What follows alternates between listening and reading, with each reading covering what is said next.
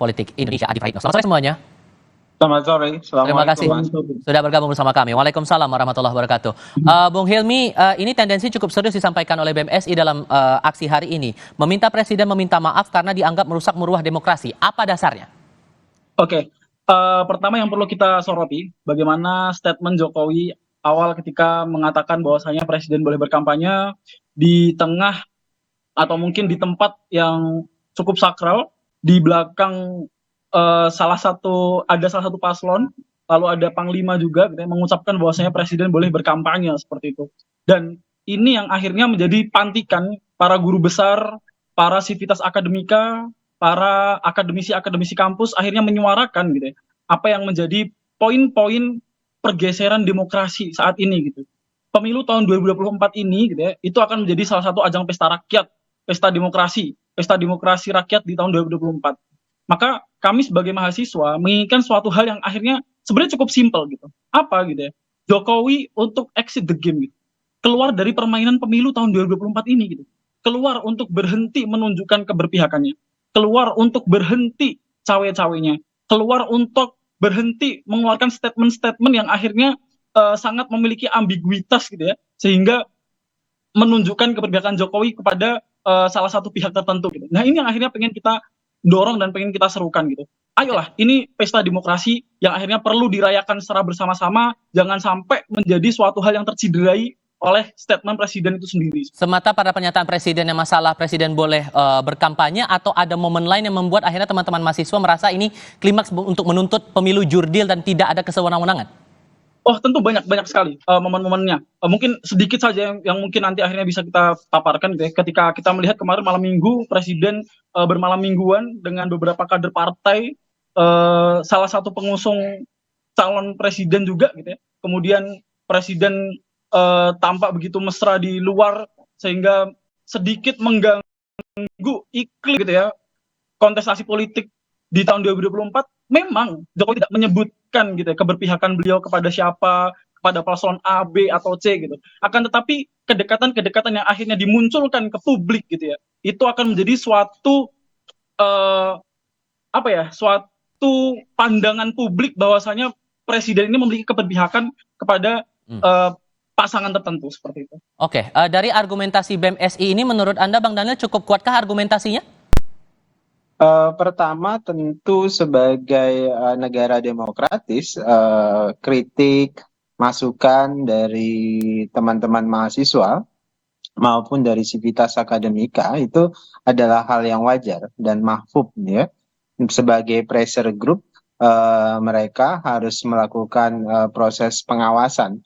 Pun demikian, kalau kemudian Pak Prabowo dan Mas Gibran menjadi presiden dan wakil presiden nanti, pressure group harus tumbuh dengan baik sebagai penyeimbang di alam demokrasi. Kenapa? Karena pressure group itulah yang kemudian bisa mendorong pemerintahan itu bisa bekerja lebih baik. Kenapa? Karena ada yang mengawasi. Kemudian kedua yang harus dipahami di tengah alam demokrasi ini, semua pihak bisa mengawasi. Semua pihak bisa ngomong dan berpendapat. Nah, itu diakomodir dengan baik. Nah, dalam konteks misalnya kritikan teman-teman akademisi, kemudian mahasiswa, itu pun masih ada ruang perdebatan. Misalnya ada kelompok mahasiswa lain misalnya yang berpendapat berbeda, jalan perjuangannya berbeda.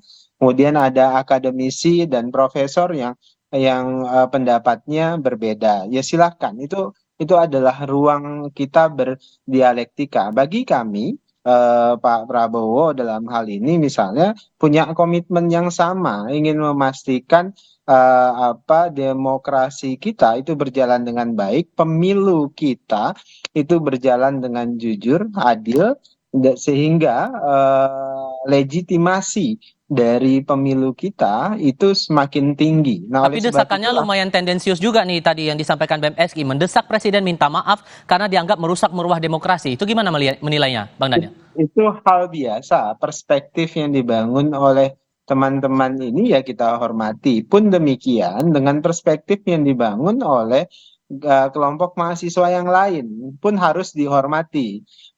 sama dengan misalnya ada satu profesor, ada profesor yang lain berpendapat berbeda, itu adalah hal yang biasa. Jadi Mas, yang harus dipahami adalah universitas itu aja namanya itu university.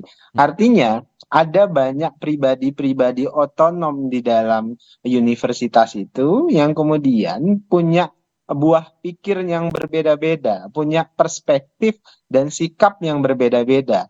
Maka oleh sebab itu tidak ada perspektif tunggal melihat satu permasalahan. Nah, kami menghormati perbedaan-perbedaan itu. Oke. Nah, tinggal kayak kita jaga bareng-bareng proses demokratisasi kita pastikan bekerja dengan baik. Kalau ada yang kurang, kita perbaiki.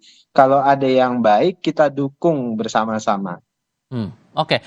Kalau Mas Adi sendiri melihat ini sudah guru besar, beberapa kampus sudah bersuara, sekarang BEM SI sudah bersuara juga. Anda menangkap makna ini memang cukup serius atau ada hal lain di balik ini semua?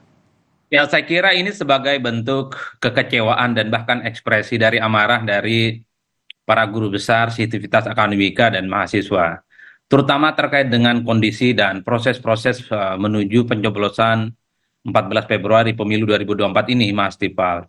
Karena kalau saya membaca rata-rata secara umum, tuntutan-tuntutan mereka ini sebenarnya adalah tuntutan-tuntutan yang sebenarnya selama ini sering kita dengar. Misalnya, supaya presiden itu netral dan tidak cawe-cawe dalam pemilu. Yang kedua, misalnya tuntutan mereka adalah mengimbau aparatus-aparatus kekuasaan pemerintah itu tidak dimobilisasi untuk memenangkan salah satu paslon tertentu. Meminta kepada penyelenggara KPU, Bawaslu, kemudian DKPP juga untuk bersikap proporsional dan netral.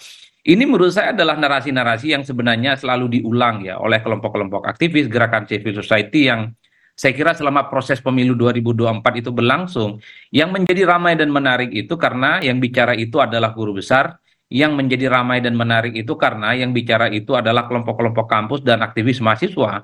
Seakan-akan ada sesuatu yang urgen, yang cukup serius supaya pemilu 2024, supaya kondisi demokrasi kita itu berjalan dengan stabil. Kan sebenarnya itu perdebatannya. Apakah ini murni sebagai sebuah gerakan politik atau misalnya sebagai buah dari gerakan partisan? Kalau itu perdebatannya panjang. Tapi secara prinsip saya meletakkan gerakan politik semacam ini adalah gerakan politik moral, supaya politik dan pemilu kita itu ihdinas syiratal mustaqim, kembali kepada relnya, lurus-lurus aja. Tapi kenapa kemudian baru munculnya itu mendekati momen pemilu? Ini momennya sudah kurang dari seminggu lagi kita akan melakukan pencoblosan, pemungutan suara. Mungkin selama ini kelompok-kelompok aktivis mahasiswa, pihak-pihak kampus ini menganggap demokrasi kita baik-baik saja, menganggap semua proses pemilu itu berjalan dengan kondusif dan sesuai dengan asas kepemiluan kita. Tapi dalam prakteknya mereka itu pasti melihat kok ada kecenderungan bagaimana potret demokrasi kita, terutama terkait dengan pemilu elektoral kita, ada upaya-upaya kekhawatiran. Begitu banyak asas-asas pemilu yang sangat potensial itu diganggu dan dirugikan dalam konteks konsolidasi demokrasi. Misalnya, ada oknum-oknum aparatus pemerintah yang misalnya seringkali belakangan disorot ya, soal keterlibatan mereka dalam berbagai event-event politik, terkait juga misalnya bagaimana para ASN yang memang dalam banyak hal sudah banyak temuan misalnya terindikasi melakukan upaya-upaya kerja-kerja politik, termasuk ada upaya-upaya dalam tanda kutip mengintervensi salah satu paslon tertentu untuk kepentingan calon tertentu yang lain. Ini bagi saya sebagai bentuk keprihatinan supaya apapun yang terjadi di 2024, Oke. siapapun yang menang jadi presiden itu adalah presiden rakyat Indonesia bersama, yang itu diaplaus, itu diapresiasi sehingga tak ada olok-olok Oke. pasca pemilu tentunya. Oke. Bagi saya justru ini bagus. Kalau bisa ada mahasiswa terus demo, terus kritis. Orang-orang kampus, guru besar terus kritis dan terus demo. Oke. Dan yang penting ini jangan hanya dilakukan sesaat jelang pemilu. Setelah pemilu, setahun, 2 tahun, bahkan 5 tahun. Siapapun nanti yang jadi presiden terus kritis. Oke, pertanyaan yang sama saya coba sampaikan ke Mas Hilmi. Kenapa baru sekarang, Mas? Ini mendekati momen pencoblosan loh. Oh enggak, ketika dikatakan baru sekarang tentu tidak. Kita sudah mengkritik Jokowi ini sudah jauh-jauh hari gitu. Bahkan konsisten gitu. Kita mengkritik Jokowi bukan hanya di pemilu saja gitu. Bukan hanya di event 5 tahunan ini gitu. 20 Oktober kita turun aksi bersama-sama di Istana Negara. Kita menuntut evaluasi 9 tahun Jokowi, dan ketika itu kebetulan Mahkamah Konstitusi sedang memutuskan terkait batas usia capres cawapres. Di situ kita suarakan gitu. Meskipun saat itu Mas Gibran belum mendaftarkan diri gitu. Kita suarakan di sana gitu.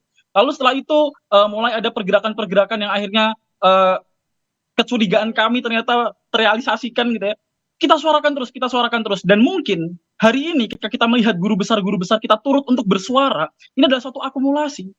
Akumulasi keresahan dari para sivitas akademika, akumulasi keresahan dari para mahasiswa, akumulasi keresahan dari masyarakat, dari rakyat gitu ya. Sehingga meluap dan diluapkan ketika 2 minggu sebelum pemilihan presiden seperti itu, atau pemilu 2024 seperti itu. Oke, salah satu poin yang juga disampaikan oleh kalangan akademisi ini, Bang Daniel, adalah singgungannya masalah putusan MK yang waktu itu, yang ujung-ujungnya kan bertalian lagi dengan nama Gibran Rakabuming Raka, masalah pencapresan Gibran di Pilpres kali ini. Itu nggak merasa risih itu diungkit terus, Bang Daniel? Begini, pertama kami tentu menghormati semua argumentasi yang dibangun atas dasar keinginan untuk melakukan pelurusan, upaya untuk mengkritik secara objektif, dan itu baik.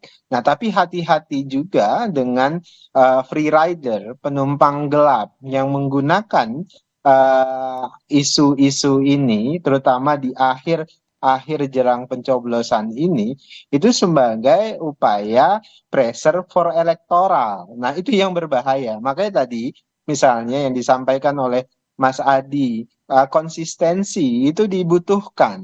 Kan selama ini kita mendengar kampus, terutama para sivitas akademika, profesor, segala macam, itu tidak ramai melakukan kritisasi terhadap pemerintah. Sebutlah misalnya ya, ada pelarangan dulu misalnya terhadap beberapa tokoh untuk ceramah di kampus. Sebut ada Rocky Gerung, bahkan ada Fahri Hamzah, bahkan saya beberapa kampus dilarang untuk berceramah. Itu profesor, tentu berapa aktivitas akademika, semuanya diam. Ada ancaman demokrasi di situ, tapi kemudian diam. Jadi ada jeda yang sangat panjang keterdiaman para akademisi ini selama proses demokrasi kita. Namun kemudian tiba jelang beberapa hari pemilihan itu muncul suara-suara yang saya sering sebutnya sebagai seperti orkestrasi pressure for electoral. Nah, itu yang berbahaya. Kenapa? Karena misalnya ya, sejak awal ada tiba-tiba karena survei Pak Prabowo tinggi sekali, ada isu pemakzulan terhadap Pak Jokowi. Kemudian tiba-tiba, dan ini isu pemakzulan ini tidak dikunyah publik, kemudian tiba-tiba ada isu yang orkestrasinya secara bersama-samaan. Nah, jadi yang kita sayangkan pilihan waktu untuk melakukan pressure ini itu kemudian bisa ditafsirkan ini seperti orkestrasi untuk politik elektoral. Ditambah nah, ini yang para akademisi harus hati-hati dengan para free rider atau tukang tebeng terhadap isu-isu ditambah ini. lagi ada tudingan nih atau pandangan dari pemerintah. Saya sebut saja namanya Menteri Bahlil Lahadalia, Bung Hilmi menyebut ini tampaknya ada skenario, bahkan disebut ada beberapa ini gratisan, kenapa baru sekarang? Gimana tuh, Bung Hilmi? Betul, misalnya ya, kami temukan misalnya Bung Hilmi, sorry Bang Daniel, Bung Hilmi dulu. Beri saya kesempatan untuk berbicara. Ini cukup menarik ya. Sebenarnya kita hanya perlu membedakan koridor saja gitu. Mana koridor politik dan mana koridor akademisi gitu. Sebenarnya apa yang dikatakan oleh Bung Daniel dan mungkin Bang Bahlil terkait statement guru besar ini terpolitisasi, terorkestra, tersetting, terbackingi, tertunggangi dan lain sebagainya gitu. Itu sangat disayangkan gitu. Kenapa gitu? Karena sejatinya akademisi ini memiliki ruangan khusus gitu. Beda dengan politisi yang akhirnya memiliki kepentingan ketika mengeluarkan statement tertentu gitu. Ketika mengeluarkan statement tertentu memiliki kepentingan kepentingan politik yang akhirnya menguntungkan bagi para politisi-politisi ini. Sedangkan para akademisi ini tidak. Kami tidak memiliki kepentingan apapun dalam pemilu 2024. Kepentingan kami adalah bagaimana akhirnya pemilu 2024 ini menjadi ajang pesta demokrasi rakyat gitu. Yang menang adalah rakyat gitu. Bukan akhirnya gitu ya, pemilu 2024 ini itu terciderai secara sistematis gitu. Dan ini yang disuarakan oleh para guru besar gitu. Yang ini disuarakan oleh para akademisi dan Oke. ini ruangan kita. Ini udah koridor yang tepat gitu. Mhm. Dan sangat disayangkan sebenarnya ketika ini tertunggangi, ini terpolitisasi. Ya mungkin statement-statement tersebut dilontarkan oleh para politisi-politisi yang akhirnya Oke. terbiasa Mhm. menunggangi mahasiswa untuk kepentingan-kepentingan politiknya. Oke. Contohnya apa? Contohnya ada demo mahasiswa mendatangi posko pemenangan salah satu paslon, lalu Baik. ditemui oleh para jubir. Kemarin di Solo ada mahasiswa yang berdemo lalu ditemui oleh salah satu calon wakil presiden gitu. Nah, inilah yang Oke. akhirnya mungkin jadi suatu pandangan-pandangan politik yang terbentuk gitu karena kebiasaan-kebiasaan untuk menunggangi, kebiasaan-kebiasaan untuk Oke. membayar dan lain sebagainya. Sehingga dengan eskalasi yang muncul di kalangan akademisi ini, Mas Adi, Anda melihatnya apakah ini sudah puncaknya atau justru bakal meluas lagi mendekati masa pemilu ini? Tapi jawabnya nanti, kami akan lanjutkan diskusi. Usai jeda berikut.